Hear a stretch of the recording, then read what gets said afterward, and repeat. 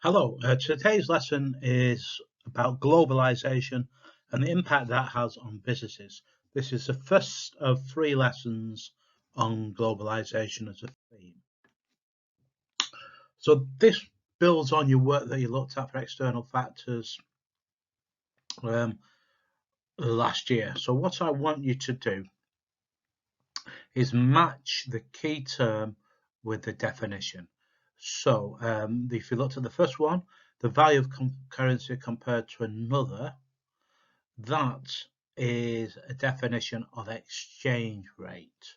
So the first answer would be B. So if you can now pause the screen and complete the rest of the definitions, please.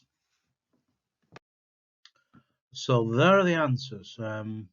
Again, just check on your worksheet that you've got the right answers, and hopefully you understand all the definitions.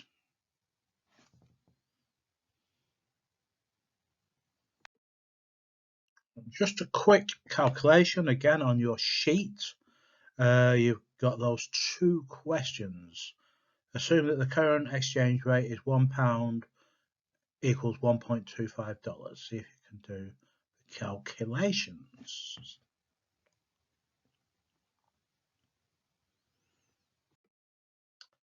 So the answers are, so first of all, you've got £40,000. You times that by $1.25. So the cost of a car, which was £40,000 in the UK, in dollars would be $50,000. And if the exchange rate changed to £1 equals $1.5, what do you think would happen to the demand for the car? Use a calculation to explain your answer. So now 40,000 times 1.5 makes it $60,000 to buy that same car, as the exchange rate has gone up. So the increase in the value of the pound makes it more expensive to buy this car in America, and that would lead to fewer people buying the car, and the demand would be reduced. So stop the PowerPoint here if you haven't got the right answers, just to make sure you've correct answers. So what we're going to look at today, we're going to look at the impact of globalization. We're going to go for exports, imports, competition from overseas, buying from overseas, and changing location. And then we're going to answer a couple of exam-style questions based on a case study. So, the impact of globalization on a business. So today's lesson is based on impact of globalization. When we talk about globalization, it's not something that you'll ever be asked for as a definition in the exam, but it just includes means a greater trade between countries. So we've got more international and multinational businesses selling goods around the world, whether that be Nike, McDonald's, Volkswagen, huge multinational companies and Apple who sell their products in lots of countries. It can also include the movement of workers around the world and the movement of production, so companies relocating to different parts of the world to make their products. So the key issues that we've got to be aware of. First of all, imports. These are goods and services bought from overseas. So if I buy a Volkswagen car, that is an example of an import. Volkswagen is a German company, so I'm buying a German car, and that's an example of an import. Exports are when British businesses sell their goods and services abroad or overseas. So Burberry is an example of a British company. They're currently quite successful in China, so when they sell their goods in China, that's an example of an export. There's also competition from overseas. So as we have more globalization, businesses trading in different countries, then that will affect British businesses. Boohoo, successful internet company that you may buy products from, faces competition from companies such as Zara, which is a Spanish company. Primark is an example of a Irish company. You've got British companies such as Next and Marks and Spencers. So there's lots of international competition. Also, increasingly, companies buy from overseas. So if you ever walked into a supermarket, the vast majority of products in the supermarket may be from overseas, coming from South Africa, Egypt and Kenya, for example. Or you just walk into the electrical section where you'll see lots of products made in China. A huge amount of what you buy in a supermarket will come from abroad, which would be an example of an import. Also, manufacturers, if you've got a car manufacturer in the United Kingdom, they may get lots of supplies from around the world. So the tyres may come from France, the engine may come from Germany, the nuts and bolts may come from China, for instance. But we call this a global supply chain. The company will have complex supply chains with different products being supplied from around the world, which would again be an example of imports. Also, businesses have decided to change location.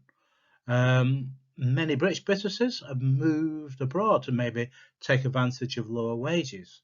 The example there is Dyson. Dyson, the vacuum cleaner manufacturer, used to be based in the United Kingdom.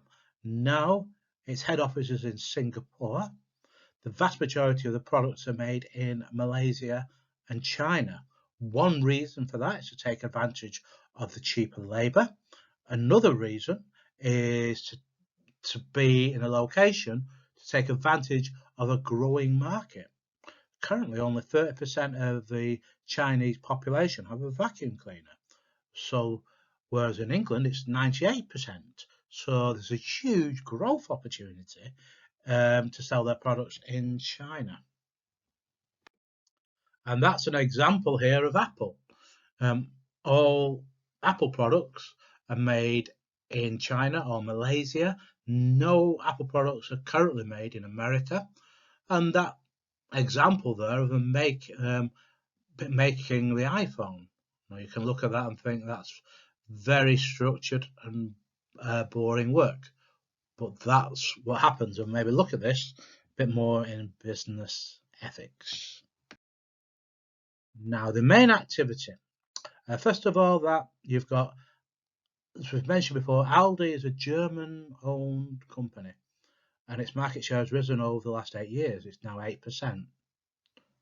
Now, also at the same time, companies such as Tesco and Sainsbury's, although they still have a higher market share, they are seeing their market share decrease, while companies like Aldi and Lidl have seen their market share decrease. So there you've got your question there. Explain a way that Sainsbury's could compete with Aldi to increase their market share. So if you think about the key prompts on the question is competition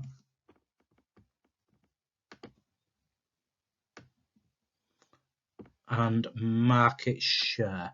So those are your key words that I want to see in the answer. So what could they do? Again, it's a 6-mark question. I'd like you to develop an argument. What could they do? But maybe this one could lead itself to maybe write about 2 things that they could do, 3 sentences for each. When I'm after competition and market share. Now you've got case study 2. Burberry, they trade on being British, but over the years they have now moved a lot of their production abroad. What they have done is that the famous raincoat, which is sometimes called a trench coat, that's what they're famous for. They have continued to produce that good in the United Kingdom, but lots of other goods are now made in countries, particularly China and Poland. And hundreds of staff have been made redundant in the UK. Now, what I want you to do, again, it's the typical 9-mark question, 3 paragraphs. Reason for production outside the UK, what's the benefit of that? A reason for production in the UK, and in context, what's the benefit, and what should they do? Should they produce more in the United Kingdom, or should they produce more in abroad? And what would be your reason for that? So 3 or 4 sentences on paragraph 1, 2, and 3. I don't want to spend too long on that. Try and spend maximum 12 to 15 minutes. Okay, so thank you very much. So that is the end of the PowerPoint slide.